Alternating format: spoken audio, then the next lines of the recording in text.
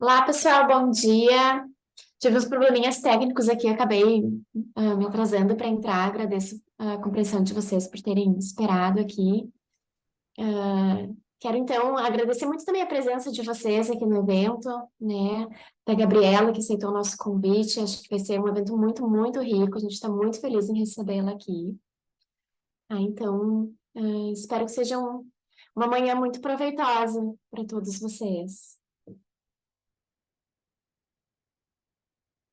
Agora a gente acha que começa com a apresentação da sociedade, né, da liga. Então, passa a palavra, então, para os meus colegas.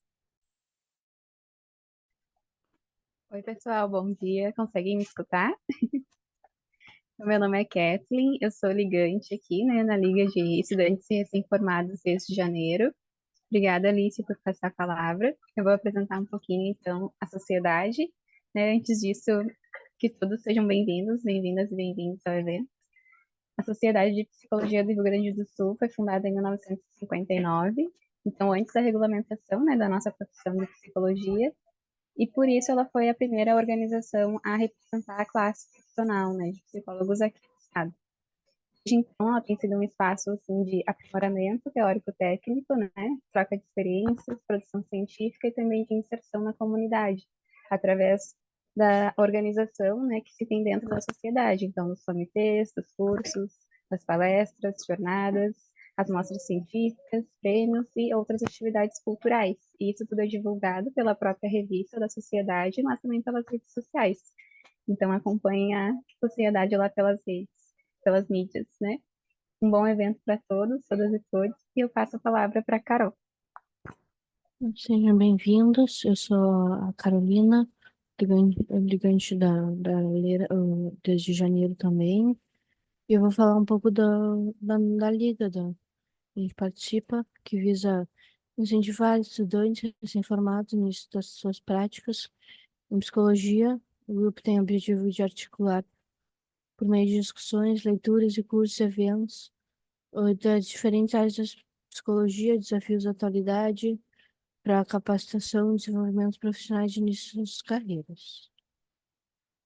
Ela oferece para recém-formados estudantes de psicologia e a gente tem a comissão de comunicação, a de extensão e a científica.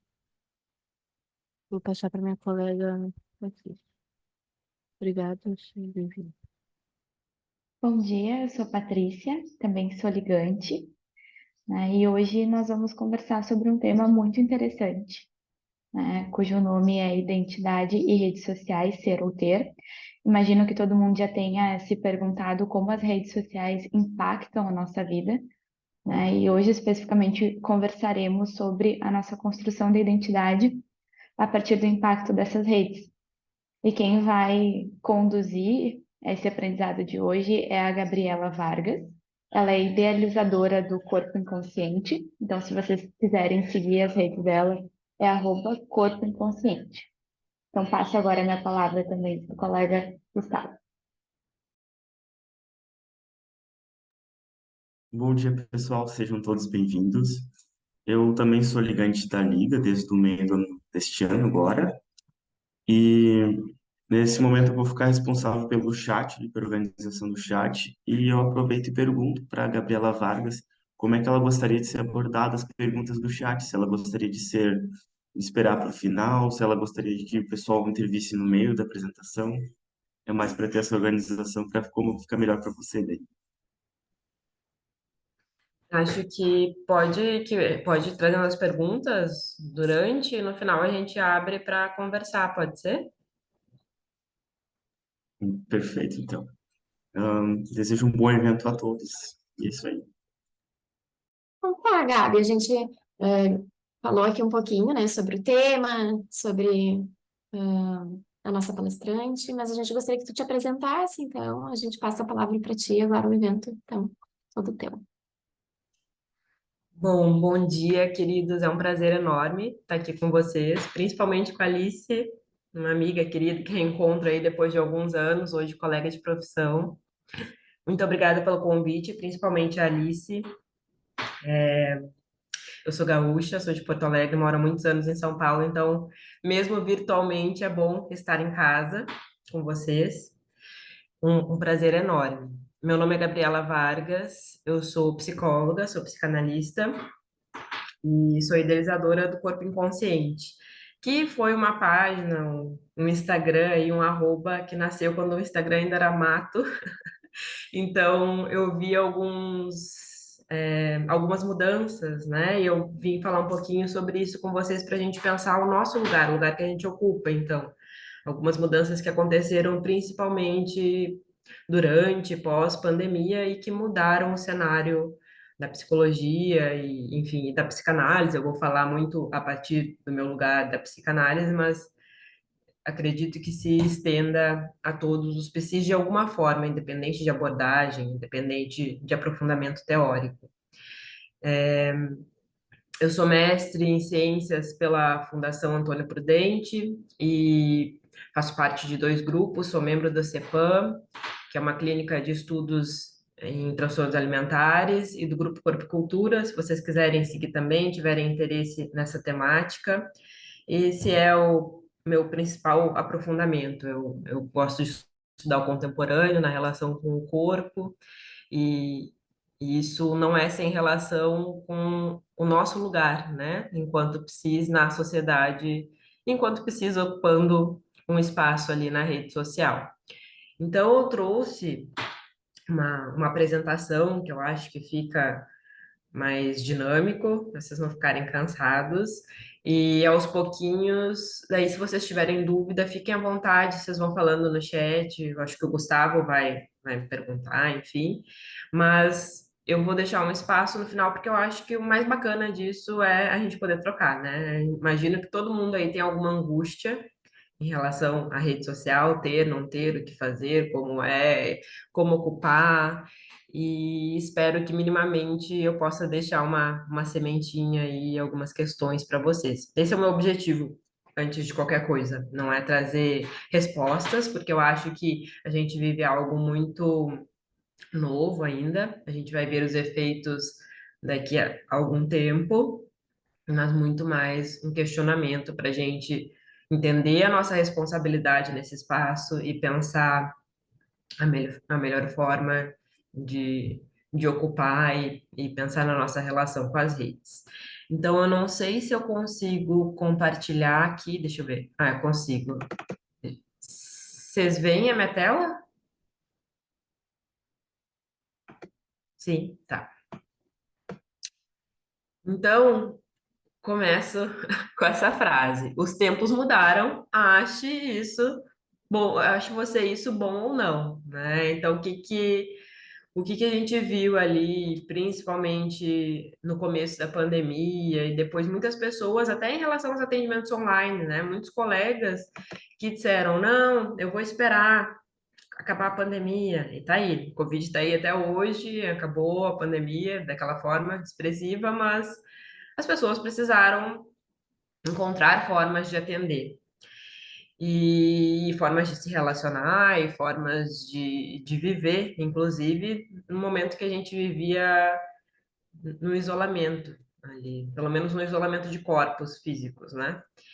E isso não foi sem consequências e trouxe muitas mudanças, principalmente para o nosso cenário, porque antigamente, atender online era uma exceção. E muitos psicólogos, às vezes, faziam um atendimento ou outro, psicanalistas, mas era como se fosse algo errado, inclusive, né? Nem se falava tanto sobre isso, é, era algo de menor valor. Com a pandemia, isso muda. E eu diria que a maioria das pessoas atende mais online hoje em dia. Eu vejo até pelo meu consultório. Eu tenho consultório físico em São Paulo, mas a maioria dos meus pacientes são online. Eu sei que para algumas pessoas isso é diferente, mas em São Paulo, por exemplo, uma cidade enorme, que às vezes as pessoas levam 2, 3 horas de deslocamento, se moram muito longe, às vezes um atendimento online é a melhor opção.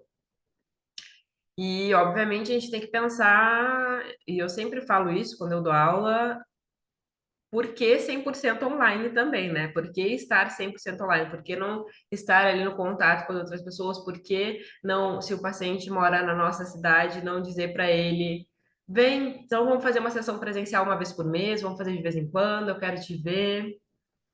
Então, o que que eu percebi aí ao longo do meu percurso, ao longo da minha caminhada, dando supervisão, conversando com pessoas, as pessoas me procurando nas redes sociais, muitas vezes existe uma resistência do próprio psi, e principalmente de quem está se formando hoje em dia, de quem se formou depois da pandemia, durante a pandemia, que nunca tinha atendido presencial. E e isso é importante de se levar em consideração, né? Sempre pensar do nosso lado. Por que não? E não estou dizendo para ninguém montar um consultório, não é isso. Mas existem outras possibilidades de sublocação, de ir lá uma hora específica. Então, eu acho que isso é importante, que a gente possa pensar sempre de que forma que a gente está ali e de que forma que a gente está oferecendo a escuta para o nosso paciente. Para aquele paciente específico, ele se favorece de um atendimento online, e até eticamente esse paciente não pode ser atendido online, eu não posso atender presencial, eu vou encaminhar. Então é só uma introdução aí para o que eu vou falar. Em relação à mudança dos tempos, que se relaciona também com ter ou não uma rede social. Esse livro, O Sujeito na Era Digital, é ótimo se vocês tiverem interesse. E o Claudio Akimoto coloca assim: o advento de novas tecnologias está sempre articulado intimamente às formas de vida, os valores, os ideais, fantasias e sonhos que permeiam cada momento histórico, e uma relação mútua de afetação. Então, a tecnologia foi criada pelo homem, né? Ela não se criou sozinha. E essa é uma ideia que eu quero trazer para vocês no sentido de que não existe bom ou mal, existe a forma como a gente se serve da tecnologia, existe a forma como a gente se relaciona com a tecnologia, sempre pensando, refletindo e questionando. Então, o que que mudou na nossa relação com as redes sociais? Então, ali no começo da pandemia, todo mundo em quarentena, home office, aconteceu uma mudança nos limites entre trabalho e descanso. Então, deve ter acontecido muito com vocês, vocês devem ter recebido pacientes que muitas vezes passaram a trabalhar mais, porque não era assim, ah, desliguei meu computador, sei lá, eu vou para casa. Não, o trabalho invadiu a nossa casa, invadiu a nossa vida, e hoje muitos pacientes e muitas pessoas relatam uma dificuldade nesse limite, inclusive, né? E a gente, enquanto psi, também pensando nesse limite. Então, de que forma que a gente responde o WhatsApp, de que forma que a gente responde uma mensagem no Instagram, porque quando a gente vê, a gente está trabalhando 24 horas. Então, é importante que a gente possa se desligar também para ter espaço para outras coisas na nossa vida. E essa é uma das dificuldades da hiperconectividade, que se relaciona com a pós-modernidade. Então, a gente está hiperconectado o tempo inteiro. Não sei de que época vocês estão, mas a Alice é da mesma época que eu. Na nossa época não tinha smartphone. Eu me lembro lá no final do ensino médio que felicidade que tinha um celular que ligava conectava na internet, e aí acho que foi até depois na faculdade já e entrava no MSN. Hoje não. Hoje a gente pega o nosso celular, a gente entra no banco, a gente paga a conta, a gente faz reunião, a gente compra, a gente faz tudo com o celular. Tanto é que quando a gente está sem o nosso celular, eu me sinto nua de vez em quando. Digo, meu Deus, e agora? Porque até o cartão de crédito, cartão de débito está no celular hoje em dia.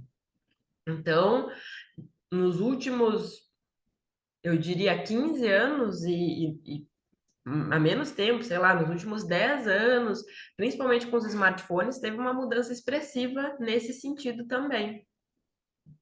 Coisas que não seriam possíveis antes, lembra? Quem é dessa época também, que a gente tirava a capinha do computador, esperava a internet de escada. Hoje, as crianças já nascem muitas vezes, a gente até tem que cuidar, isso aí é tema para outros encontros, né? Já nascem com tablet na mão. Então, a gente vive a hiperconexão que gera exaustão, inclusive, que pode contribuir para um burnout, que pode contribuir para um sentimento de vazio e para falta de relacionamento com as outras pessoas, né? Porque a rede social, inclusive, tem algo que é muito ilusório. É muito imaginário. A rede social se relaciona muito com a imagem, com algo muito narcísico. Então, a gente tem lá 100 mil seguidores, mas são seguidores, às vezes algumas pessoas trocam, se relacionam contigo, mas é um número, muitas vezes. Não são todas essas pessoas que tu tem uma troca ali profunda, que as coisas acontecem, né? Então, a gente vive nessa correria o tempo inteiro. Mensagens de WhatsApp, como revolucionaram a nossa vida. Antes não existia, ligava no telefone ou no celular. Hoje, se alguém não responde uma mensagem de WhatsApp em 1 hora, muitas pessoas já ficam bravas. Às vezes até paciente, as pessoas não têm mais paciência para esperar um retorno. E o que que isso ocasiona? Isso ocasiona com que a gente responda de qualquer jeito, com que a gente, muitas vezes, e enquanto precise, isso é importante que a gente pense, que a gente se torne tarefeiro. E é justamente que a gente não pode se tornar, tendo em vista que a gente lida com vidas. A gente tem uma responsabilidade muito grande. Tanto quando a gente decide ocupar um espaço na rede social para falar sobre alguma coisa, quanto quando a gente decide aceitar um paciente no nosso consultório. Não são números, né? São vidas. Então, teve um aumento das tarefas mediadas pelas telas, a gente fez muita coisa pela tela, acho que hoje a gente está até cansado, isso diminuiu.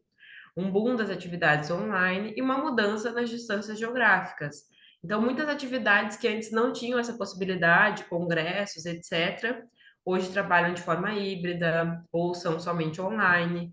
E isso tem partes muito positivas, porque às vezes a pessoa não tem dinheiro para ir para um congresso numa outra cidade, pegar um avião, pagar um hotel. Então, acontece uma democratização nesse sentido. Uma democratização do saber, uma democratização do acesso, uma democratização, inclusive, do acesso à psicoterapia. Existe uma democratização nesse sentido. A Eliana Mendes coloca assim: as distâncias geográficas se encurtam, mas pode-se perguntar que espécie de laço social está sendo cultivado com a participação desses sistemas tecnológicos baseados em redes. É um pouquinho do que eu falei para vocês. De que forma que a gente se relaciona com o outro? De que forma que a gente troca com o outro? De que forma que a gente está ali conversando, se posicionando? Então, eu trouxe alguns dados só para vocês terem ideia. 150 milhões de brasileiros têm acesso à internet. Isso corresponde a 71% da população do país. Então, é um número bem expressivo. E destes, 140 milhões têm algum tipo de rede social. 66% do total de habitantes. Então, mais da metade, né? 71% da população do país tem acesso à internet, 66% tem acesso a algum tipo de rede social. Então, lá em 97 foi criado o Google, em 2004 o Facebook, em 2010 o Instagram, em 2012 o TikTok, e hoje o mundo do trabalho é dominado pela tecnologia. O Instagram teve muitas mudanças, então em 2010 vem como uma rede de fotos, e na época competia ali com o Snapchat, que era uma rede de vídeos curtos, não sei se vocês chegaram a conhecer na época, e o Instagram pega, né, essa ideia dos vídeos curtos para os stories mais para frente. Não me lembro em que ano, acho que 2014, 2015, não sei. E isso vai modificando a forma como a proposta do Instagram enquanto rede social. Então, hoje no Instagram tem vídeo, inclusive mais vídeos do que fotos, tem os stories, né? E qual que é o impacto disso na nossa vida, enquanto sujeitos, enquanto indivíduos? Impacta nas nossas maneiras de vínculos e de subjetivação. Então, hoje, existe um valor muito grande na exposição. Muitas vezes, se a pessoa não posta uma foto de uma viagem, por exemplo, é como se aquela viagem não tivesse existido. Então, a gente vive numa sociedade que é muito ligada à imagem. E aí, trazendo um pouquinho da psicanálise, existe uma mudança do paradigma do recalque e das proibições sexuais, e a gente pode entender isso, uma mudança em relação à lei, por exemplo, a castração, que o Freud coloca ali como um limite para a gente entrar na sociedade. Então, lá a criancinha com 6, 7 anos entende que ela não é o centro do mundo, que ela precisa obedecer algumas leis, que ela precisa respeitar a fila, que as nossas atitudes têm consequências. E o Freud diz, então, que a gente sai nesse momento de algo narcísico, um narcisismo muito voltado para o eu, para si mesmo, e alcança o amor de objeto mais para frente. E o que que é o amor de objeto? É a nossa relação, o amor objetal, a nossa relação com as outras pessoas. Então, a proposta que alguns psicanalistas trazem hoje é que tem essa mudança de paradigma para algo muito narcísico, para a necessidade de um reconhecimento narcísico e de um gozo a qualquer preço. Então, é como se houvesse uma mudança do amor de objeto, do amor objetal, para o narcisismo. Então, tudo está muito voltado para o eu. E as relações, por isso, muitas vezes são superficiais. Então, as redes sociais contribuem para isso, porque ali não tem uma relação muitas vezes aprofundada. E e isso é extremamente triste, inclusive, quantas vezes eu já escutei pessoas falando isso. Ai, mas, sei lá, o fulano tem 100 mil seguidores, deve ser um bom profissional. Infelizmente, muitas pessoas medem ali a qualidade, o aprofundamento, a ética de um profissional por número de seguidores. Porque é isso, fica na imagem, fica em algo, na quantidade de likes, num vídeo, quanto que é reproduzido. E muitas vezes a gente sabe que não é isso, tá? Inclusive para comprar seguidor, tem profissional que é péssimo e tem um monte de seguidor. E eu até escrevi um texto, porque eu fiquei muito incomodada na época que eu indiquei uma colega com 40 anos de clínica, e a pessoa perguntou assim para mim: qual é o Instagram dela? Eu disse, ela não tem Instagram. E ela assim, ah, porque virou cartão de visitas, né? Então, acaba sendo mensurado dessa forma. E não acredito que seja a forma mais correta, porque não é isso, não se sustenta. Se a pessoa não tem ali uma base, se ela não tem uma construção, não se sustenta, não vai conseguir atender. Isso é uma imagem, a imagem cai. Então, mas infelizmente é a forma como acontece em muitos casos. Então, existe uma importância em mostrar para existir. E até em relação, eu não trouxe essa frase aqui, mas eu tenho aqui no meu celular, em relação até o nome, né, da minha fala, da palestra, do ter ou do ser, Sociedade do Espetáculo, Debord, ele fala assim, ó, que hoje acontece uma evidente degradação do ser para o ter. Quando o mundo real se transforma em simples imagens, as simples imagens tornam-se seres reais e motivações eficientes de um comportamento hipnótico. O espetáculo é o sonho mau da sociedade moderna, aprisionada que só expressa, afinal, o seu desejo de dormir. Então, ele traz, né, que com o avanço da dominação econômica, a importância do ser se desloca para o parecer. Então, mais do que o ter, é o parecer. Muitas vezes nem se tem, mas é o parecer. Então, o valor está relacionado ao status que a imagem possui, a aparência.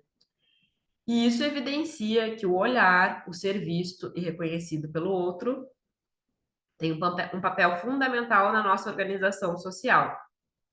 Então, eu ainda diria, mais importante do que ser é parecer na nossa sociedade atual.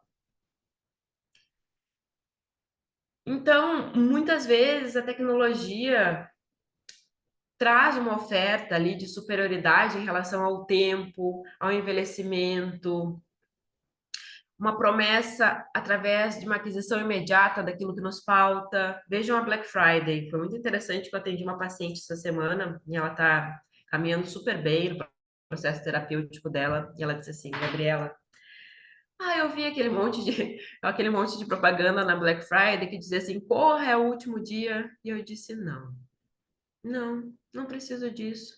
Não vou comprar. E ela falou uma frase muito bonita. Pela primeira vez na vida, eu estou me habitando. Eu estou me habitando. E o quanto quando a gente se habita, a gente não precisa se preencher de excessos.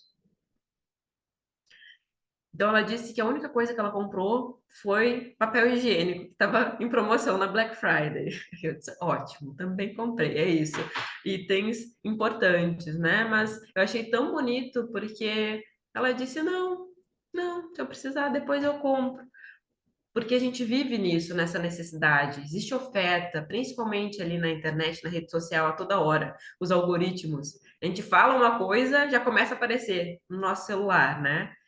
Oferta de não sei o que, não sei o que. E a gente vai descobrindo coisas que a gente nem sabia que existiam e passa a desejar coisas que a gente nem sabia que a gente precisava e nem necessitava. Então, vai um pouquinho por essa lógica. E qual é a mudança que ocorre também pensando em relação a tudo isso?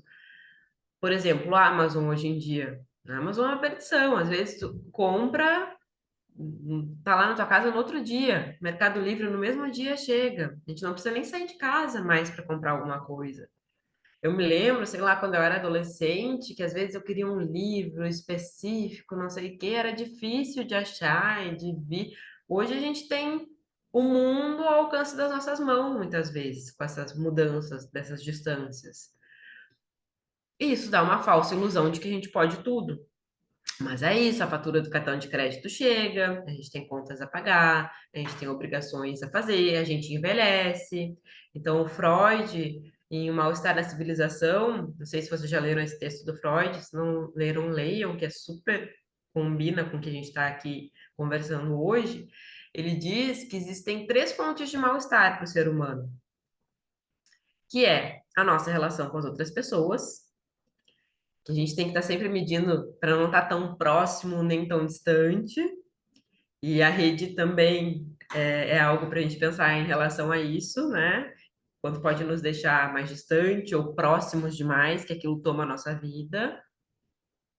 A nossa relação com o nosso próprio corpo, que envelhece, que é finito, a gente querendo ou não, essa conta chega. Desde que a gente nasce, a gente já tem uma coisa determinada na nossa vida, pré-determinada, que um dia a gente vai morrer. Mas inconscientemente não existe isso, né? A gente não tem esse registro no inconsciente da nossa morte. A gente consegue se aproximar da morte a partir da morte dos outros. Então a gente vai encontrando nossos caminhos para tentar lidar com esse mal-estar. E também os eventos da natureza. Então a pandemia foi um evento da natureza que está totalmente fora do nosso controle. Também enchentes, tempestades, tornados, tudo isso que vem e são coisas sobre as quais a gente não tem o mínimo controle. E o Freud também diz que ele tem um outro texto que se chama Sobre a Transitoriedade, no qual ele fala, é um texto muito bonito, é o meu texto preferido do Freud. Esse também, se vocês não leram, leiam. E ele fala que o valor das coisas está em a gente saber que a gente vai perdê-las. Então, na transitoriedade. Então, quanto, por exemplo, vocês não sabiam que seria o último dia de alguma coisa, ou que alguma pessoa. Ai, fechou minha câmera. Ou que alguma pessoa que vocês amavam iria morrer, e vocês tentaram aproveitar ao máximo a relação com aquela pessoa. Não muda quando a gente sabe que a gente vai perder alguma coisa? Então, nesse sentido, a transitoriedade traz sentido ali para a nossa existência. E a Sandra, nesse livro Jovens em Tempos Digitais, também é um livro muito bacana, super indico. Mesmo para quem não tem aí um estudo em psicanálise, é um livro que dá para ler, que é tranquilo. Ela diz que a gente muda de uma cultura de transitoriedade para uma cultura de imediatismo. E é isso que a gente vem falando. Tudo tem que ser para já. As crianças, os adolescentes hoje em dia não sabem mais lidar com a frustração. As crianças, os adolescentes não sabem lidar com tédio. Então, outro dia eu estava até conversando com o meu marido, né? O quanto Quando a gente tem filho, eu tenho uma menininha de 1 ano, a gente não vai mais jantar do mesmo jeito. Eu não vou ir no restaurante, sentar, comer o meu sushi, tarará, porque tu fica ali à disposição da criança, ela quer brincar, quer correr, precisa de atenção. E muitas vezes até ela entra nesse lugar, né? Então, se a gente tem filho, a gente precisa se entender que tem um ser humaninho que depende 100% da gente, que o nosso tempo não vai mais ser o mesmo. Mas os adultos não sabem lidar hoje em dia com o tédio das crianças, não sabem produzir esse tédio. Vai lá e muitas vezes toca o celular, dá uma tela, dá um YouTube. Então, não somente as crianças, mas a gente não sabe lidar com isso e a gente acaba impactando na subjetividade dessas crianças. Quem de vocês não está muitas vezes, a gente está lá na fila do banco, esperando em qualquer lugar que seja, e a gente, sem pensar, faz assim com o celular e abre. A gente nem está procurando nada e de repente está na rede social. Esses dias eu tenho o iPhone, no iPhone tem sei lá, um programinha que diz quantas vezes tu abre o celular por dia, abre a tela. Eu fui olhar esses dias 50 vezes. Eu disse, gente, eu não me lembro de 40 dessas vezes, sei lá, alguma que eu fui atender ou fui entrar no banco. Mas muitas vezes a gente só abre o celular e começa a ficar ali, olhar stories, e de repente a gente está imerso ali naquele mundo, olhando a vida dos outros, nos comparando, muitas vezes sofrendo, se angustiando. E isso acontece muito com pacientes, assim, eu falo, olha, vamos fazer aqui algo, né, para que tu possa ir se desligando do telefone para dormir, porque às vezes a pessoa vai ali ficar 10 minutos e aí ela fica 3 horas. Aí ela não consegue ler, ela não consegue assistir um filme, ela tá jantando, almoçando com alguém. Isso é muito louco, né? Às vezes a gente tá lá com alguém que a gente sente saudade, com alguém que a gente ama, e a gente não tá lá, porque a gente tá no celular, a gente tá em outro lugar. E a gente não consegue efetivamente estar presente no lugar que a gente está. Então, isso acontece com muita frequência. Vou mudar aqui. Aqui. E aí eu trouxe uma frase do Bauman que ele diz: na era da informação, a invisibilidade é equivalente à morte. Então, hoje, as nossas escolhas de consumo elas são menos guiadas pelo valor do uso que pelo valor de troca na economia do desejo do outro. Então, é isso, algo que é muito desejado, todo mundo começa a desejar e ter aquilo é muito bom. E aí, eu vou falar uma coisa para vocês que eu falo muito quando eu dou aula em relação a cirurgias estéticas, porque, enfim, acaba sendo o meu tema de pesquisa. Eu não sou contra cirurgias estéticas de forma nenhuma, intervenções cirúrgicas e não cirúrgicas, desde que pensadas a partir de um ponto muito singular, de algo que a pessoa quer fazer, e esse acaba sendo o nosso lugar também ali na terapia, né? De escutar por que que a pessoa quer fazer uma intervenção, por que que ela quer, sei lá, colocar um silicone, por que que aquilo é importante para ela. E se ela chegar na conclusão de que é importante para ela, a gente, não é a gente que vai determinar isso, né? Isso aí é algo muito pessoal. E da mesma forma de comprar um item, de querer alguma coisa. Mas o que que acontece? Muitas vezes a pessoa nem pensa nesse imediatismo. Ela vai lá, pá, pum, compra e comprou. E aí, qual é o problema? Qual é o problema disso tudo, das duas situações que eu trouxe? Quando as pessoas acham que isso vai trazer a felicidade delas. E aí a gente vê os excessos, aí a gente vê a frustração, aí a gente vê a compulsão, porque a pessoa fica percorrendo aquilo infinitamente e não vai ter um objeto que vai suprir aquilo, né? Então, ver e ser visto fazem parte do mesmo processo, né? Pensando aí a partir da psicanálise, a gente se constitui, o nosso eu se constitui a partir do olhar do outro. Quando a gente é lá bebezinho, bem pequenininho, a gente precisa que alguém nos olhe, que alguém nos nomeie, que alguém nos acalente, que alguém nos segure, para a gente começar a ter contorno do nosso corpo, para em algum momento a gente entender que a gente é separado da mãe e existe um eu ali.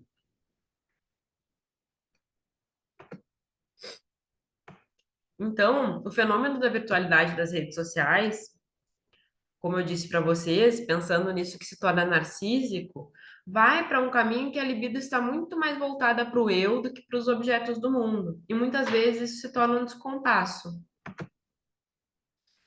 Muito se fala sobre amor próprio na internet hoje. E vocês devem ter visto muitas postagens, mas isso começou a me chamar muita atenção, inclusive vai ser o tema do meu doutorado. Eu vou pesquisar o corpo na contemporaneidade, na relação com tudo isso, com as redes sociais, com as cirurgias, com os fenômenos que aparecem nos nossos consultórios, que muitos psicanalistas chamam de novos sintomas, inclusive. Por quê? Porque não estão tão relacionados ao recalque, mas ao gozo, né? Isso que a gente vê hoje, ao excesso. Então, eu acho muito curioso quando eu vejo postagens na rede social, se ama em primeiro lugar e o resto do mundo que se exploda.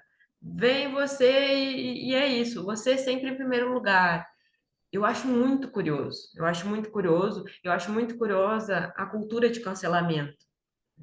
O quanto alguém faz alguma coisa errada, algum famoso, às vezes um colega, um psi, sei lá, e vai e todo mundo quer cancelar essa pessoa, porque isso se relaciona com a cultura em que a gente vive, que não sabe lidar com o diferente, que não sabe lidar com a alteridade, que ficamos entre dicotomias, entre opostos, entre bom e mal. Então, eu acho muito curioso quando alguém fala assim em relação ao amor próprio, e até é uma reflexão que eu trago para vocês, para a gente não cair na superficialidade quando vocês forem fazer alguma postagem na internet, e pensando nisso, né, nesses opostos, porque o amor próprio se constrói a partir do amor do outro. Se a gente não tem o amor do outro, a gente não consegue ter uma autoestima. A gente precisa de alguém primeiro. O ser humano não sobrevive sozinho. A gente sempre precisa de alguém. E, de certa forma, atualmente, vem mensagens no sentido de que a gente poderia prescindir do outro, de que a gente vive sozinho. A rede social dessa ideia, né? Não, eu tô ali, eu posso, não sei o quê, não preciso de ninguém. Mas isso não é uma verdade. A gente precisa, a gente se abastece, a gente se nutre da relação com os outros, desde sempre.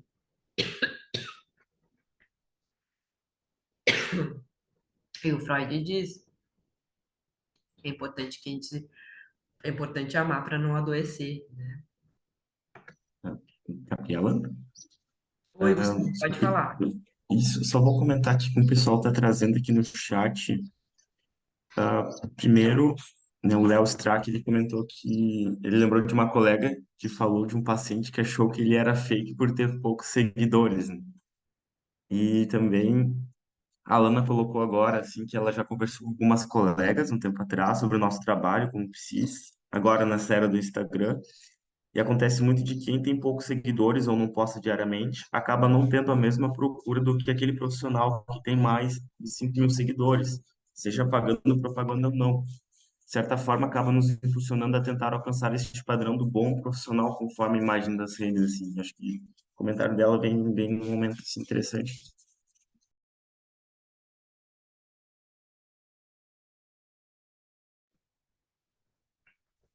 Isso é péssimo, né?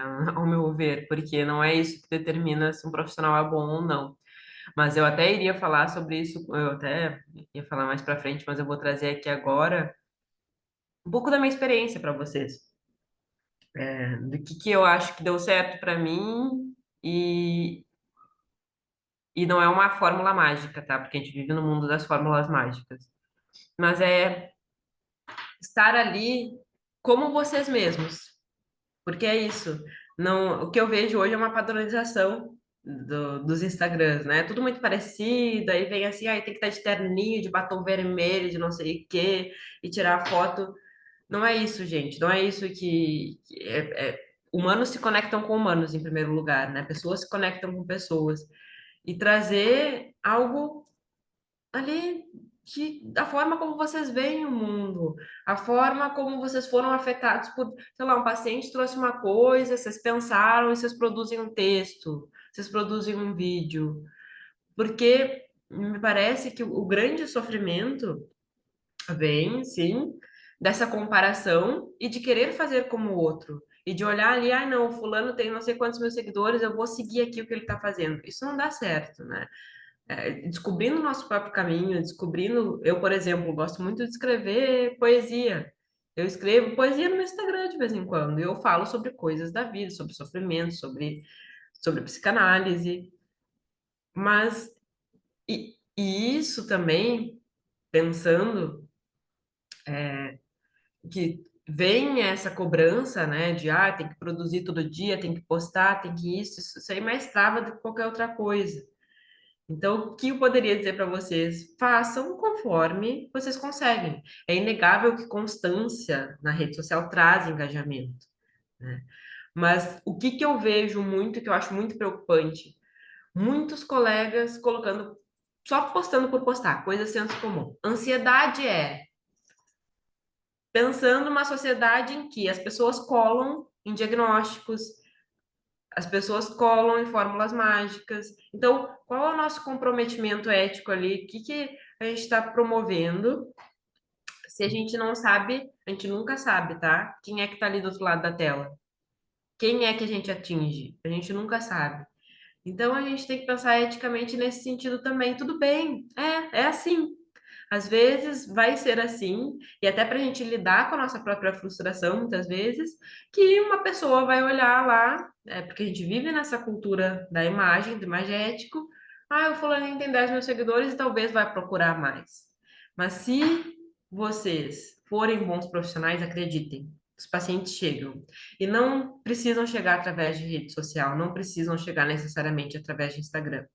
E digo mais para vocês, muitas vezes eu já me senti dessa forma, assim. Hoje eu tenho, enfim, eu tenho uma pessoa que me ajuda, que gerencia essa parte dos atendimentos, encaminha.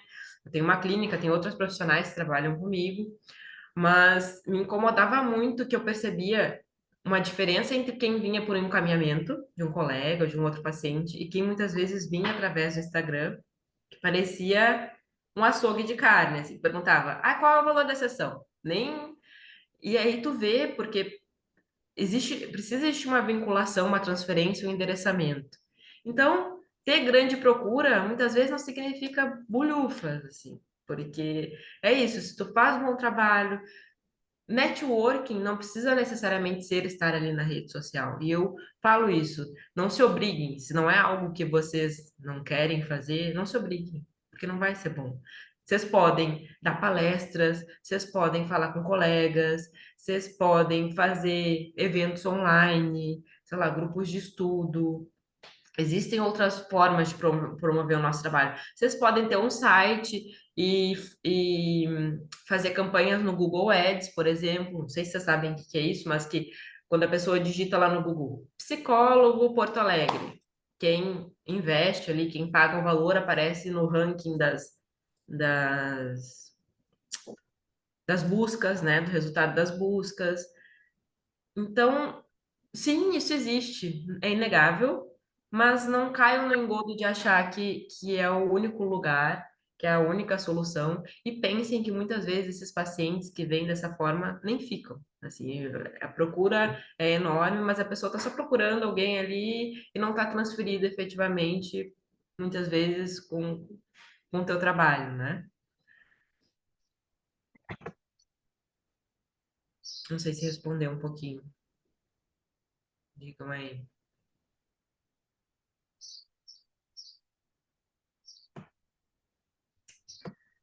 Então,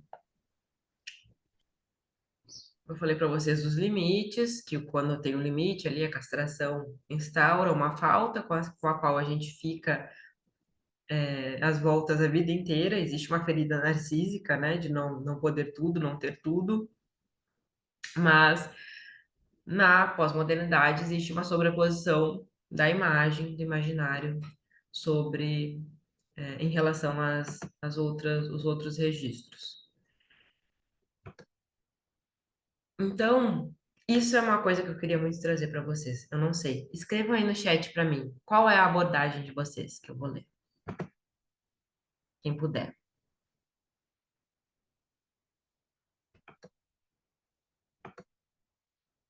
TCC,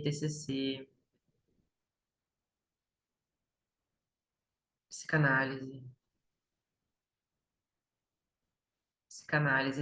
TCC e terapia sexual, psicanálise, TCC. É psicanálise e TCC, né, basicamente. E aí eu quero perguntar para vocês, me digam aí, quantos colegas de outras abordagens você segue? Você segue pessoas de outras abordagens? Isso é importantíssimo, né? Porque justamente pensando nessa cultura de cancelamento, isso é muito feio, gente. Eu vejo isso assim, eu não entendo quase nada de terapia cognitivo-comportamental, por exemplo, porque não é minha área de aprofundamento, mas eu conheço colegas, eu encaminho de forma nenhuma. Eu vou falar mal ou dizer que não funciona a abordagem de outra pessoa, sabendo que a pessoa tem um compromisso ético, que ela estuda, que funciona assim, que para uns pacientes funciona a psicanálise, para outros funciona a TCC, para outros funciona a gestalt terapia. E isso é uma coisa que eu vejo muito na rede. Então, vai lá, a pessoa é um psicanalista, só segue psicanalista, não segue ninguém mais. Eu não estou falando nem de colegas, de outros colegas psicólogos, eu estou falando, sei lá, um perfil de arte, de arquitetura, de pessoas diversas, com corpos diversos, com histórias diversas. Então, a gente fica preso narcisicamente na nossa bolha. Então, na psicanálise, respira psicanálise, é o colega, é o fulaninho, é o ciclaninho, e muitas vezes falando mal de outros colegas que estão lá fazendo o trabalho deles. Isso é o cancelamento, isso é não saber lidar com a alteridade. E que a gente possa, sabendo que nós somos profissionais da saúde mental, escutamos pessoas diversas, não fazer isso com nossos colegas também, não fazer isso na nossa vida profissional, né? Então a gente se reúne muito com semelhantes, não tanto com outras pessoas próximas. A gente busca ali algo que é parecido com a gente, e muitas vezes se fecha numa bolha narcísica. O Christian Dunker fala assim: a vida no condomínio digital cria muros de indiferença baseados na seletividade de oferecimentos, filtrados por targets e big datas, repetem escolhas anteriores, tornando cada vez mais invisível a diferença. Reduzem o tamanho do mundo, o que acaba por aumentar o tamanho do eu.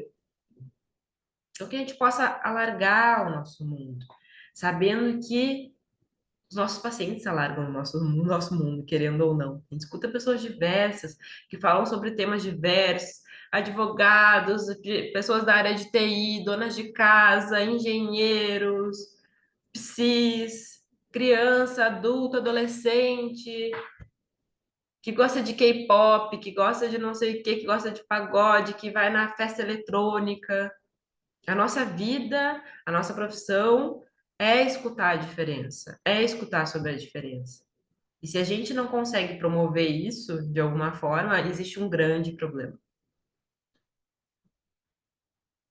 Então, no mundo digital, a gente percebe um aprisionamento na imagem no espelho, pensando aqui no estágio do espelho do Lacan, que fala sobre a constituição do eu ali, no estágio do espelho do Lacan, só contextualizando, o Lacan fala que dos 6 aos 18 meses, o bebezinho começa a se olhar no espelho, mas a partir do olhar do outro. E aí tem a constituição do eu. Então, é como se isso deixasse de ser uma fase e fosse um estado contínuo, como se a pessoa só se enxergasse e deixasse de enxergar os outros. E para a gente, o que que muda? Lacan diria: deve renunciar à prática da psicanálise todo analista que não conseguir alcançar em seu horizonte a subjetividade de sua época, de seu tempo. Então, a gente vive nesse discurso do mestre capitalista que basta querer seguir listas e fórmulas mágicas para ser bem-sucedido, de que qualquer pessoa pode ser uma influencer. Então, a gente passa de uma posição passiva, de espectador, para uma posição ativa. Eu me lembro, sei lá, quando eu era pequena, eu olhava as Chiquititas, eu queria ser a Milly, queria morar no orfanato, não sei o quê, queria morar na Argentina, mas a gente olhava aquilo, ó, a novela da Globo, com a famosa, olhava o clone, e a gente olhava aquilo e era tudo tão distante. Mas hoje, com o nosso celular e com essa ideia de que basta pegar um celular e gravar um vídeo que pode viralizar e que você pode ser um influencer, as crianças mesmo, né? Eles começam a querer ter canal no YouTube, não sei o quê, e fazer vídeos e mostrar os brinquedos. A gente passa de uma posição passiva, em que era muito distante lá a novela das 8, para algo ativo, que é faça você mesmo. Pegue seu celular e pior ainda, se você não conseguir, quer dizer que você não tentou o suficiente, que você é desleixado, que você não está se esforçando. O Bill Churran fala sobre isso, né? Que a gente vive, no livro dele, A Sociedade do Cansaço, ele fala que a gente vive o empreendedorismo de si mesmo, que leva à exaustão, que leva ao burnout, que leva ao esgotamento. Porque a nossa competição, vejam bem, não é mais com o outro, é com a gente mesmo. A gente está querendo se superar o tempo inteiro. Então, não tem problema se o dia tem 24 horas, a gente tem que colocar 50 horas e 24. E aí a gente vê muito sofrimento, muito adoecimento psíquico, inclusive nos psis. Pouco se fala sobre isso, mas adoecimentos, sofrimentos, nós, na nossa categoria.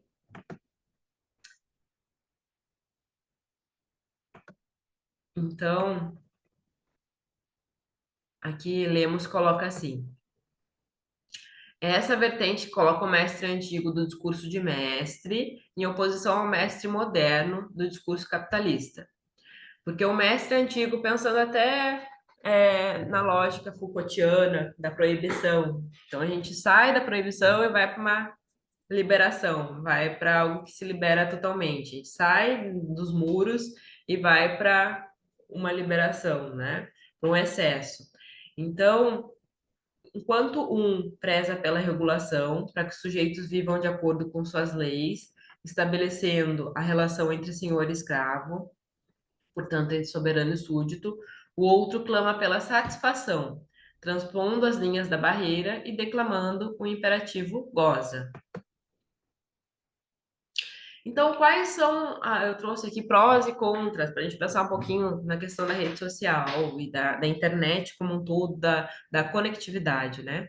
A gente pode fazer cursos, formações, assistir lives dos mais diversos lugares. Existem facilidades, mas também dificuldades no atendimento online, a construção de algo novo. As pessoas passam a buscar psis pelo Instagram e pelo Google. Nosso alcance é maior. Imagino que todos vocês atendem pacientes que não são de Porto Alegre, por exemplo, ou do Rio Grande do Sul, que moram em outros países, que talvez não teriam possibilidade de passar com você se não fosse devido à internet, né? E qual é o contra dessa mudança até de mercado? É uma necessidade de reposicionamento, inclusive para quem tinha alguma resistência com o virtual. E um boom de perfis no Instagram, que muitas vezes ditam essas fórmulas mágicas. Vem comigo que eu vou te ensinar a lotar sua agenda. A gente já vai falar um pouquinho sobre isso, porque é problemático demais. Se veste de tal forma que você vai ser um psi de sucesso. O que é ser um psi de sucesso, né? E essa questão do cartão de visita e a necessidade que a gente pense, então, sobre uma criação de um posicionamento muito singular. Então, existe uma mudança na relação transferencial diante das inovações tecnológicas. Então, quais são os limites da exposição? O que é possível postar para cada um? Isso é importante que se pense também. O que se fica confortável em postar? Sabendo que muitas vezes o teu paciente vai te seguir no Instagram e vai te perguntar alguma coisa. Então, tu tem que estar preparado para o que tu for mostrar, se surgir em sessão, para manejar.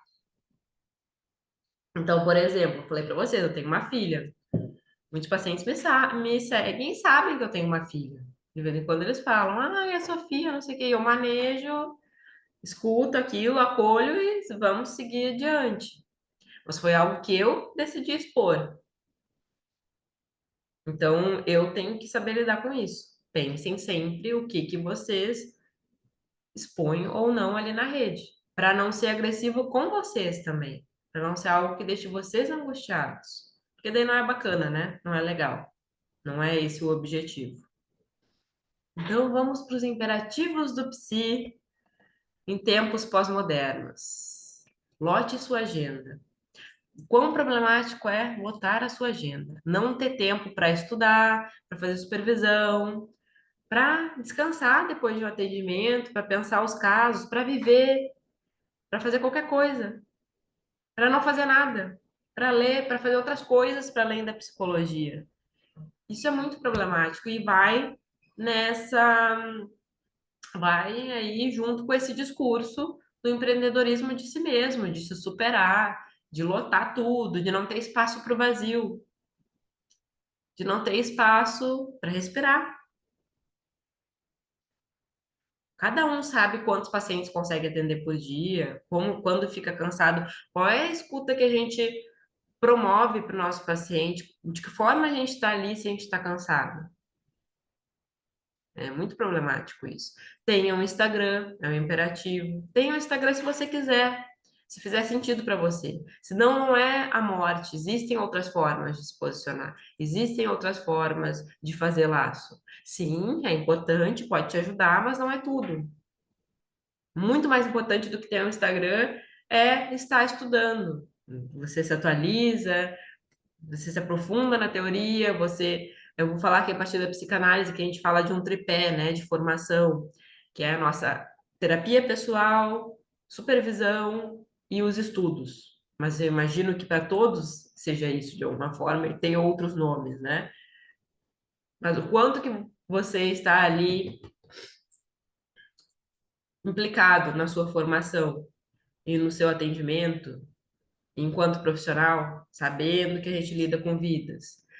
Enriqueça, trabalhe com infoprodutos, produza muitos conteúdos, atenda do conforto da sua casa. Olha só quantos imperativos. E a gente sabe que mesmo atendendo de casa não é confortável, é desconfortável atender muitas vezes, é difícil. A gente tem que estar ali, a gente tá, tem que estar 100% ali da mesma forma, a gente se cansa do mesmo jeito. Não tem diferença, né? É óbvio, pode ter uma diferença de deslocamento, de estar mais confortável efetivamente, mas existe um desconforto. Isso não vai nos proteger das partes difíceis, né? E das partes complexas e do trabalho que precisa ser feito. Então, qual pode ser o lugar para a psicologia? E eu queria deixar essa ideia para vocês. E aí eu trago a partir da psicanálise, furar o discurso esmagador de subjetividades. Então, muito mais do que fazer post lançando o diagnóstico, é questionar. Como que é, sei lá, olha como a gente vive numa cultura com tanta ansiedade, o que será que acontece? Isso é muito mais produtivo do que a gente vai colocar. 5 sintomas da ansiedade. Né? Isso é um pouco preocupante, porque pensando que as pessoas vão olhar e vão querer uma fórmula mágica. Então, de que forma que a gente pode passar uma mensagem sobre saúde mental, sobre se cuidar? De que forma a gente pode abrir um espaço que não tranque as pessoas em caixinhas independente da nossa abordagem? Questionar os imperativos, questionar os modelos de funcionamento automático, as soluções rápidas, a exclusão da diferença, faz parte de um trabalho possível no espaço virtual. E fazer uma transmissão ética. Estar ali eticamente.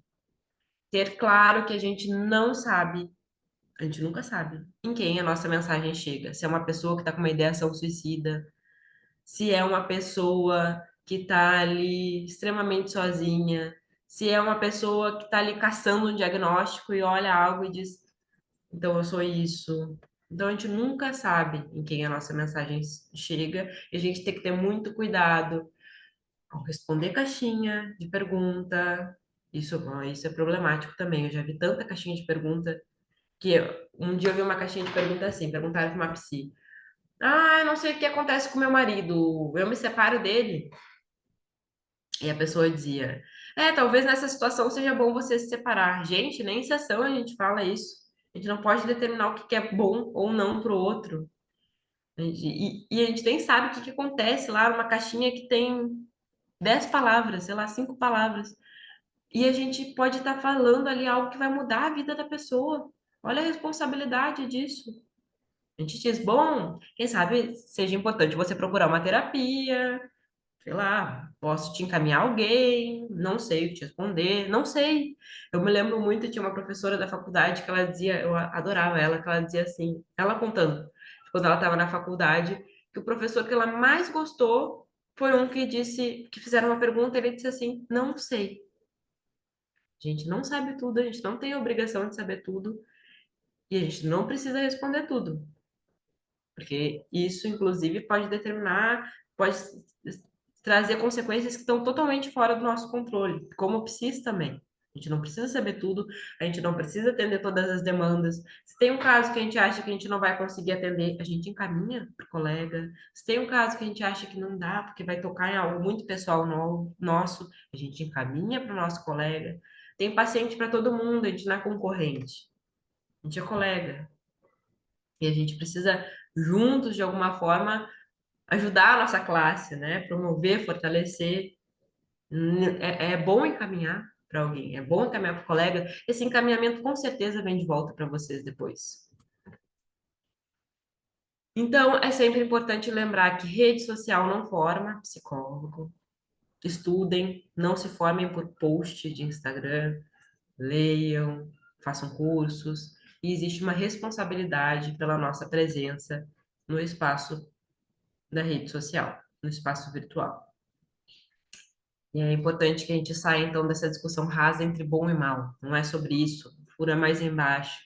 Fura muito mais embaixo. A gente precisa pensar. Não tem mais. Não existe mais um mundo sem rede social. Não existe mais um mundo sem internet. Então, o que que a gente vai fazer com isso? E, para quem quiser fazer parte disso, faça. Esteja ali, ocupe o lugar. Esteja presente. Porque se a gente não ocupar, outras pessoas ocupam, e muitas vezes de forma muito problemática. Então, eu termino com essa frase da Adela, que ela fala assim: entre os importantes ganhos da rede está a liberdade de cada um postar o que quer, a democracia das relações e a circulação da informação. O que precisamos é encontrar formas para que essas instigantes conquistas não nos façam esquecer do cuidado, do amor e do respeito necessários ao convívio social com os nossos semelhantes. E esses são recursos que as telas e os aparelhos não têm como oferecer. Se você pratica o discurso psicanalítico e está em paz com todo mundo, desconfie. Essa é uma frase do Jerusalensky. Então, sim, a gente precisa questionar, a gente precisa muitas vezes se posicionar, é importante. Muito obrigada. Aqui está meu site, o nosso e-mail, se vocês precisarem, e o meu arroba. Eu vou pausar o compartilhamento para a gente conversar um pouquinho. Deixa eu ver aqui.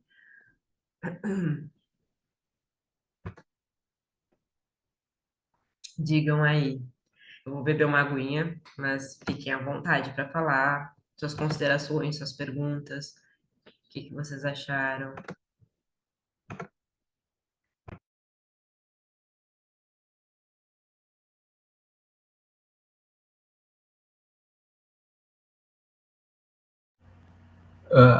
Eu queria perguntar até com relação como é que tu vê assim essa questão da relação com o tempo, né? Porque tem algumas questões que a gente percebe, né? Esses tempos eu tive um paciente falando que ele conseguiu finalmente fazer o memorial do perfil de um amigo que tinha falecido, não sei o quê, né? E me lembrou assim que eu vi a questão da quantidade de perfis de pessoas que às vezes já faleceram e que estão aí, né, nas redes e estão às vezes sendo gerenciados por outros, né? Então a gente tem ao mesmo tempo essa questão da rede social e da tecnologia, ela promete uma certa, me parece uma eternalização, né? Uma eternalização de momentos de pessoas que às vezes nos tira do presente e ao mesmo tempo um imediatismo muito grande, né? Porque daí eu faço, eu posto,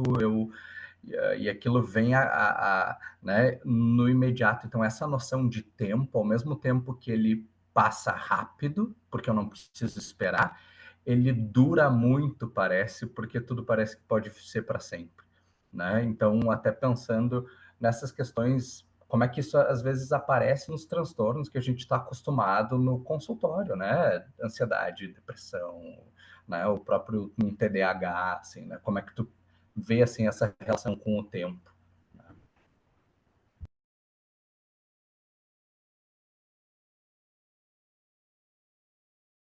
Tem uma mudança na nossa relação com o tempo expressiva, né?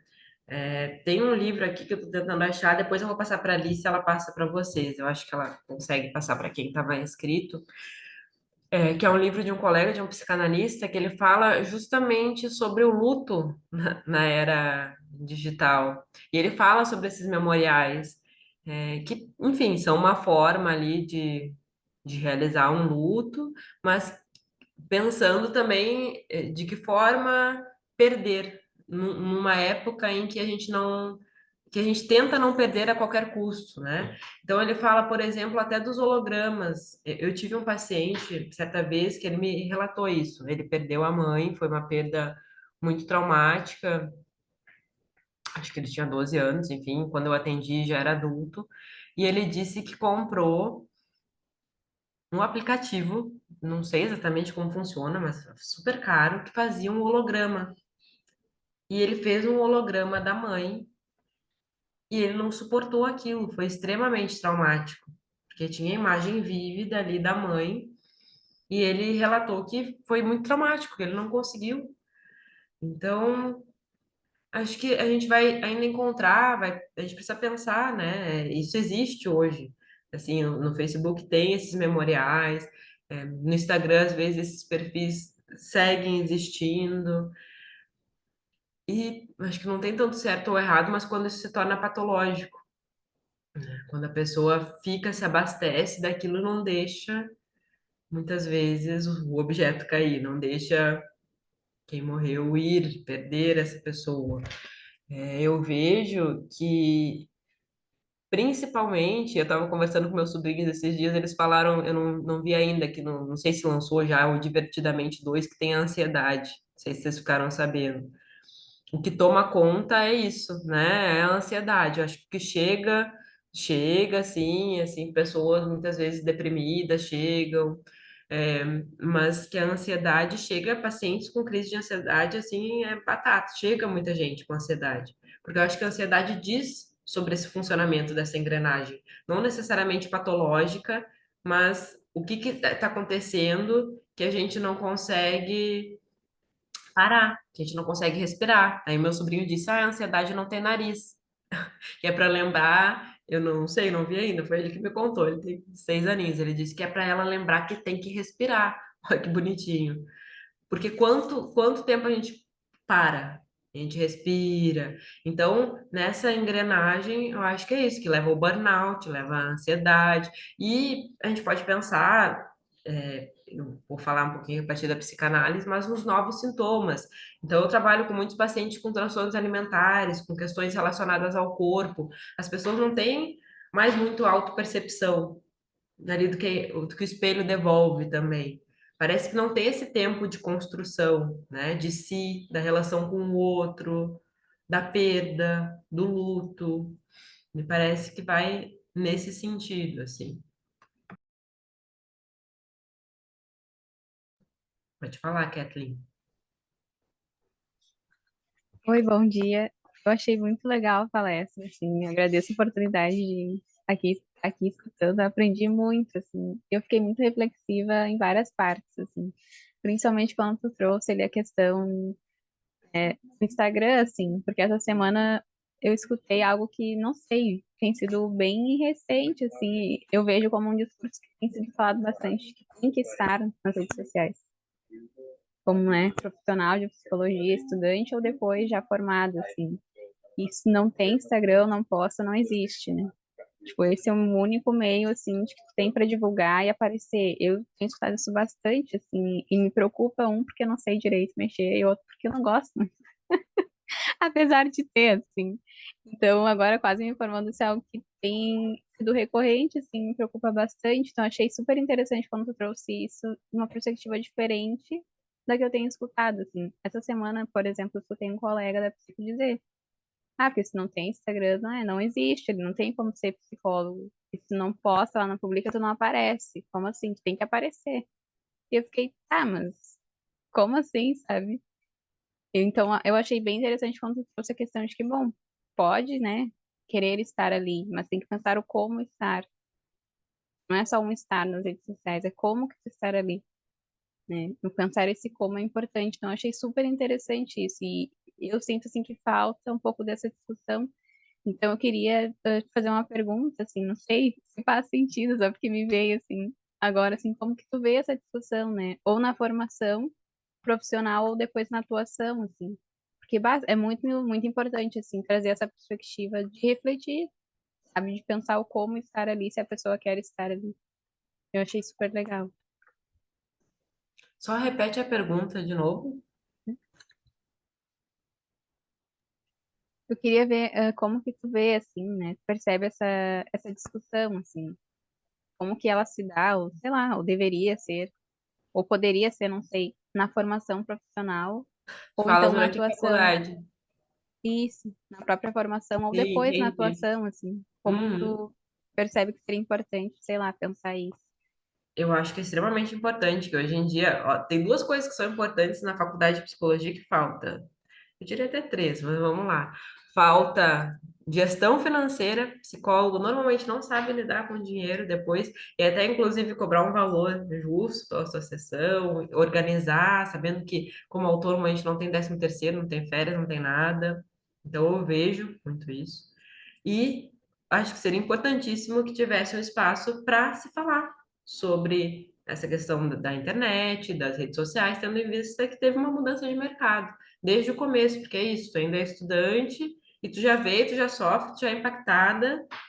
Então, seria algo que eu vejo que é importante que aconteça desde a formação, né? Que tenha ali disciplinas, até trazendo todo, não só, ai, vai ter rede social, vai ter isso, mas não, esse embasamento teórico. Olha, a gente vive numa cultura de tal forma, a gente pode pensar isso a partir desse teórico, desse teórico, desse teórico. O teu colega falou isso, ah, se não tem rede social, não existe. É, parafraseou Bauman. É isso, mas talvez ele não saiba exatamente, né? Mas se a gente tem um, um atravessamento teórico, de alguma forma, se a gente se ampara em teorias, a gente pode fazer escolhas mais conscientes também. Acho que nesse sentido. Mas que bom, fico feliz que tenha te trazido aí algum questionamento e algo para tu pensar como tu quer fazer. De qualquer forma, se não quiser ter uma rede social, existem outras. O importante é estar em grupos, né? Isso que não dá. A gente se forma e a nossa profissão é extremamente solitária. Durante o dia a gente fica atendendo. Como é importante participar de grupo de estudos, ser membro de algum grupo, grupo de pesquisa, tá dentro da faculdade, não necessariamente mestrado, doutorado, mas de outras formas participar de grupos de atendimento. Isso alarga o nosso mundo, né? Inclusive pode te trazer pacientes, porque a pessoa vai lembrar de ti, a Kathleen é muito boa, acho que ela vai atender super bem esse paciente, vou encaminhar para ela.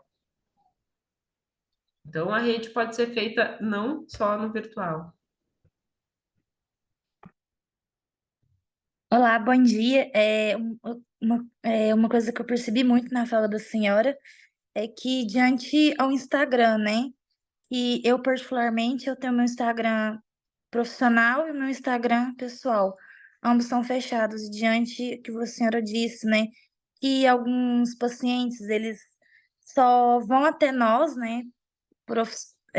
Colegas e até nós profissionais, se a gente vê tantos seguidores, tantos colegas nos seguindo, e eu percebo que diante a tantas coisas que a gente já conseguiu, diante da psicologia, acaba sendo que eles, sem eles terem a percepção, eles acabam meio que desvalorizando um pouco o nosso trabalho como profissionais, porque como que eles vão saber como nós somos diante a nossa ética, diante ao nosso profissionalismo, diante a somente uma rede, né?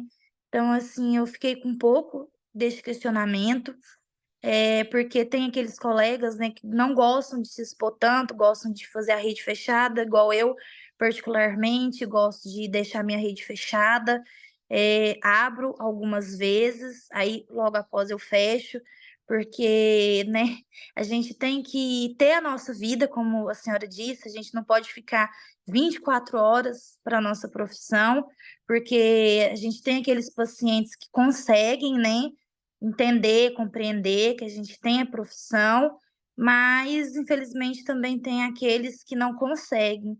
Eu só queria que a senhora comentasse um pouco diante a isso e agradecer que foi uma manhã riquíssima e aprendi muito com a senhora. Que bom, Muito querida, obrigada. que bom, Jéssica. Fico feliz, muito obrigada. De Eu nada. acho que é isso, que tu colocou, talvez eu não tenha muito para comentar em cima do que colocou, porque tu já colocou muito bem colocado, né? Que é isso, Obrigada. quem esse é o ponto.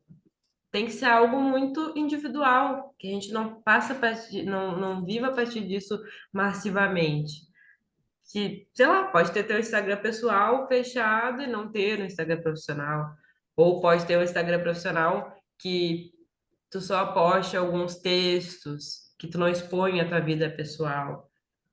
E isso não tem regra, né? É um caminho. Eu, por exemplo, tenho um Instagram pessoal que eu posto foto da minha filha, do meu cachorro, dos meus sobrinhos.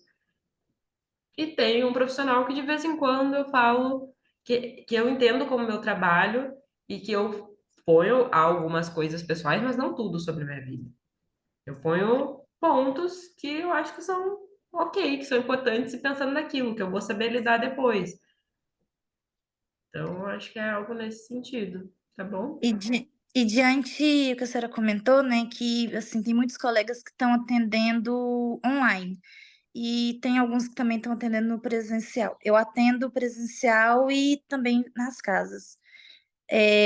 Como eu tenho uma deficiência visual, eu logo, se Deus quiser, vou começar a atender online. Por causa da deficiência, eu tenho um pouco, assim, fico um pouco restrita no online. A senhora crê que como ficaria diante de alguns transtornos no atendimento online? Assim, eu estou perguntando porque assim, eu ando estudando, né, diante do atendimento online, então eu fico assim com alguns questionamentos, igual, por exemplo, burnout, borderline, bipolar. Eu tenho 5 anos só de profissão, gente. Por isso que eu estou fazendo esse questionamento. Como que ficaria diante de um atendimento online? Tem alguns pacientes que não são tão beneficiados pelo atendimento online, e com certeza. Sim, Pacientes então no com caso eles determinados diagnósticos, isso. o que que eu percebo, tá?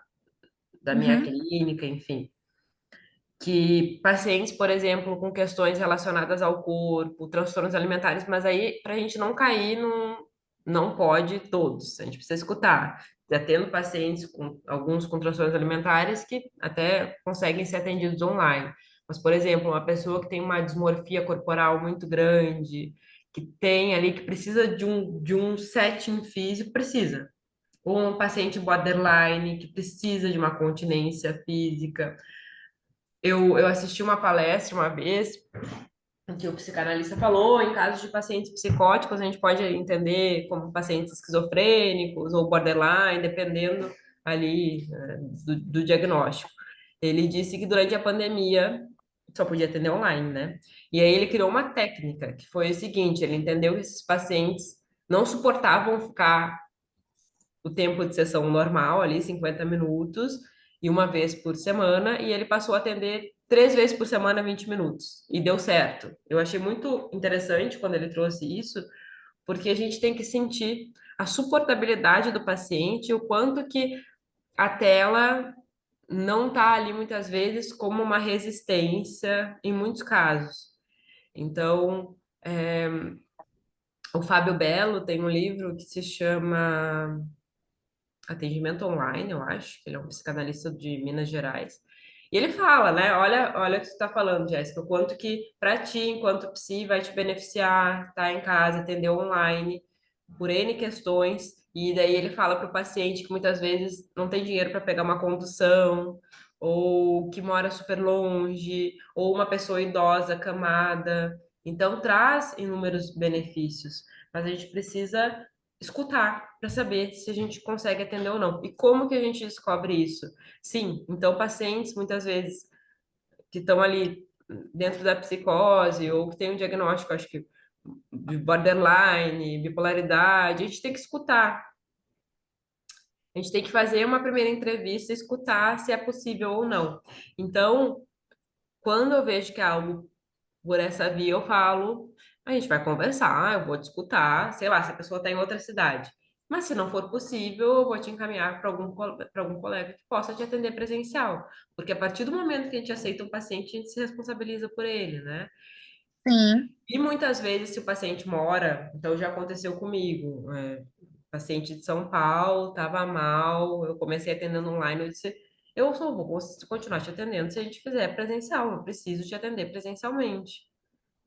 Então, de colocar esse limite também, ou de aumentar o número de sessões, enfim, qual o manejo que a gente vai fazer. Mas pacientes que muitas vezes, então, não têm esse eu tão construído, que estão ali dentro de uma melancolia, que tem algum diagnóstico muito difícil, a gente precisa pensar no setting, que às vezes o setting online não vai funcionar, né? E aí, por exemplo, se tu só estiver atendendo online, fazer um encaminhamento para algum colega que esteja atendendo presencial. E por isso que é importante a gente conhecer vários colegas e ter rede, né? Para poder fazer um encaminhamento para alguém que a gente confie também. Certinho, obrigada.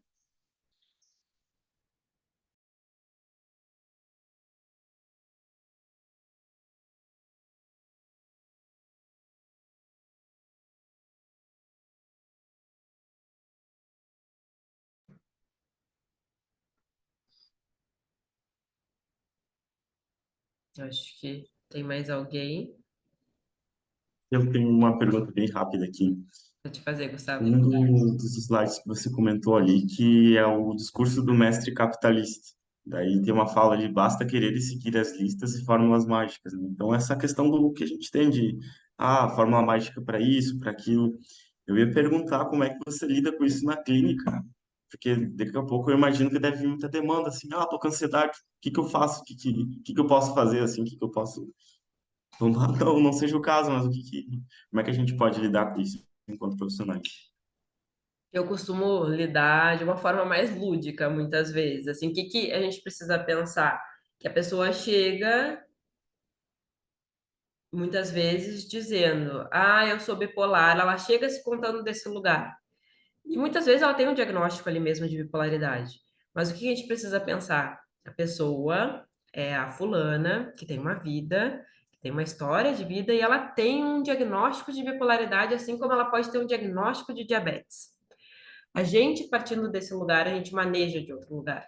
Então, às vezes, o paciente chega assim para mim: eu vi lá no Instagram um post, eu acho que eu tenho TDAH. Me conta. Me conta. O que que tu viu lá que tu acha que se relaciona com TDAH? Aí a pessoa começa a contar, contar, contar, e eu vou abrindo. Acho que esse é o movimento de abertura ao invés de fechamento. Obviamente, a gente precisa ter colegas psiquiatras, a gente precisa saber diagnósticos, a gente precisa entender minimamente sobre medicações e encaminhar, se for necessário, fazer um trabalho com um colega psiquiatra. Mas nesse ponto, quando a pessoa chega, a gente vai escutar. Eu acho que principalmente, e não responder desse lugar, porque daí responder desse lugar é responder do lugar de mestre. Você disse que a sua cabeça fica pensando o tempo inteiro, então talvez você tenha TDAH. Não quer dizer que a gente não possa chegar a uma hipótese diagnóstica em algum momento, mas não porque o paciente está nos demandando algo de saber naquele momento. Então, é muito mais abrir a escuta e, ok, em determinado ponto a gente pode chegar, olha, eu acho que o paciente tem bipolaridade, vou encaminhar, sei lá, para o psiquiatra, vou pensar aqui na minha intervenção, mas não a partir do ponto que ele diz. É que nem ele chega para a gente e diz, eu caso ou eu compro uma bicicleta? Eu disse, o que que tu quer fazer? Me conta. O que que tu acha que vai acontecer se tu casar? O que que tu acha que vai acontecer se tu comprar a bicicleta? Então, eu acho que o nosso trabalho é de promover uma abertura, obviamente, né? Se o paciente suporta, pensando até na angústia e por onde caminha, e aí, aos poucos, ir manejando isso. Mas isso chega corriqueiro. Ah, eu tenho depressão, ah, eu tenho isso. Ah, é, mas passou no psiquiatra? Não. Eu li aqui, me encaixei, acho. Não sei se vocês viram um vídeo que estava na moda esses dias aí, que estava super. Que era a menina que foi num provador e tinha as camisas dos diagnósticos. Ela disse, ah, é que a roupa do TDAH, a roupa do não sei o quê. Que é isso? A pessoa é um ser humano que não é só aquilo, né? Mas ela chega colada muitas vezes, ou procurando, porque ela não consegue. Isso é importante da gente pensar. Muitas vezes ela quer um diagnóstico para se contar de algum lugar, para dizer o que ela não sabe. E se a gente consegue promover com que ela possa se contar a partir de várias outras coisas, o diagnóstico pode estar ali, mas não ocupar o todo, né? Pessoal, então é um evento muito rico, né, que gera muitas reflexões, muitas perguntas. A gente ficaria a manhã inteira escutando a Gabriela. Acho que temos muitas oportunidades também de escutá-la, né, em outros espaços, seja no Instagram, né, seja em outros lugares que ela vem falando. A Alice, então, que é a nossa coordenadora, infelizmente teve a questão ali da internet, precisou, então não sair, não conseguiu retornar. Então, como ex-parceira dela na coordenação, veio falar, então, em nome da Liga, agradecer a Gabriela pela disponibilidade, por estar aqui com a gente, por se dispor a falar um pouquinho também da sua prática, dos seus estudos, de toda a sua construção, e que é importante conseguir compartilhar com a gente, porque pelas perguntas deu para ver que gerou, né, muita riqueza. Então, agradecer também aos nossos ligantes, né, por terem construído o evento, por terem se apresentado, estarem aqui com a gente, e ao nosso público também, né, que esteve aqui bem engajado com a gente. Queria dizer para a Gabriela e também para o público que está aqui, a sociedade, então, ela está de portas abertas para recebê-los, né, seja em outros eventos, seja também nos nossos grupos de estudo. Acho que a Gabriela falou bastante dessa rede da gente ter, né, com outros PCs, e que a sociedade tanto promove para a gente. Então, que quem sentir a vontade de conhecer a sociedade, né, pelas redes sociais, entrar em contato conosco, que é um espaço super rico, que nem a Liga, né, que acolhe, então, os estudantes recém-formados, para que a gente faça essa construção inicial, que é super importante. Então, Gabriela, de novo, te agradeço, e passo a palavra, então, para a Renata, para a gente finalizar. Então, mais um agradecimento geral também, né? Agradecer a Gabriela, a vinda da Gabriela, né? Assim, aqui falar com a gente sobre um assunto tão importante. Eu concordo com o que tu disse no início, né? Que a faculdade teria que ter, incluir esses assuntos, assim como outros que a gente tem que dar conta assim que sai. Então, a Liga também está cumprindo com o seu propósito, né? Que esse é um deles, né? Trazer temas em que a universidade, né, se limita, enfim, porque tem muita coisa para dar conta mesmo. Então, parabéns pela escolha aí do grupo. Vocês vão receber o certificado da atividade em até 20 dias úteis, tá? Pelo Simpla, com um formulário para avaliação, né? Então, lá também a possibilidade de vocês preencherem com ideias, né, para a gente, para o nosso novo ano científico. Hoje é o nosso último sábado científico do ano, então um dia muito especial, assim, dentro de todas essas outras coisas que a gente já falou.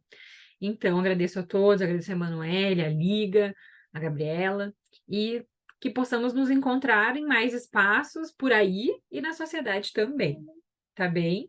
Muito obrigada e um ótimo sábado a todos. Muito Tchau, obrigada, pessoal. ótimo sábado. Bom Tchau, fim de tchau. semana para todos e todas. Tchau, tchau. Obrigada, um beijo. Outro, tchau, tchau.